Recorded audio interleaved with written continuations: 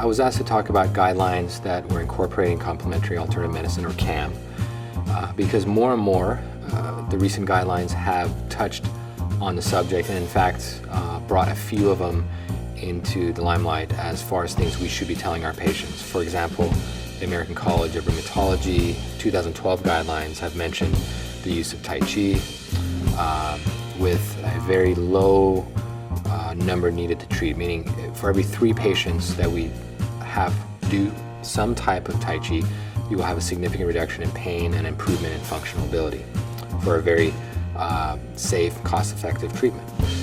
Other examples would include acupuncture, the use of electrical stimulation, trying our best to get our patients to exercise and lose excess weight. Those are all across the board in a lot of guidelines. There's some guidelines which have less of non-pharmacological treatment, but there's enough out there that we as clinicians need to start figuring out how to incorporate them, and that was also part of the discussion.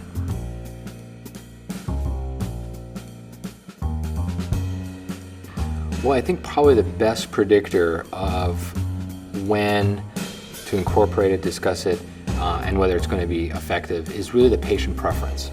So now, with some of these guidelines having a pretty broad menu of options, both conventional and complementary, including Tai Chi, acupuncture, yoga, etc., it's really getting the buy-in. So if somebody comes in and they're especially excited about biofeedback or yoga or acupuncture, and we can get a practitioner to help coordinate the treatment over several weeks, that's probably the best option, as opposed to me as a clinician saying, guidelines say let's do X and you're going to do X, which it may not be their cup of tea.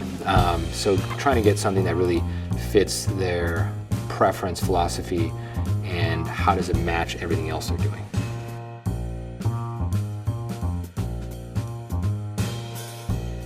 That's an especially confusing topic just because there's so many formulations out there, and the clinician many times sees a guideline that says maybe incorporate capsaicin or glucosamine, chondroitin, SAMe, avocado, soybean extract, or other supplements, fish oil, but doesn't have a real good grasp on how to actually get the right formulation to my patient. And so that talk really looked at how do we, at the point of care, use databases, and I mentioned several, and free things like PubMed to really key in on the formulations that really are worth recommending, and formulations that maybe do a better job of hyping or, trying to use the media to sell it, but really don't have much evidence. Well, I think with glucosamine, as an example, there are some great brands that are actually prescription in Europe. Some US providers would be surprised to know that some of the supplements that are on the market, along with everything else on the shelf that can be quite confusing, actually come from a very traditional prescription realm in Europe, but when they land in the US, based on regulation, they end up as a supplement. So donaglucosamine, and mention this as not linked financially to any of them, donaglucosamine being one example. SAMe, which is a supplement that was good both for depression and arthritis. The Pharmavite or Nature Made product has been helpful in that regard. Fish oil, several of the trials have used Nordic Natural as a company formulation to help with low back pain as well as depression in that setting. So that's just a few examples of how to tune into the formulations that are really going to actually help the patient in the long run.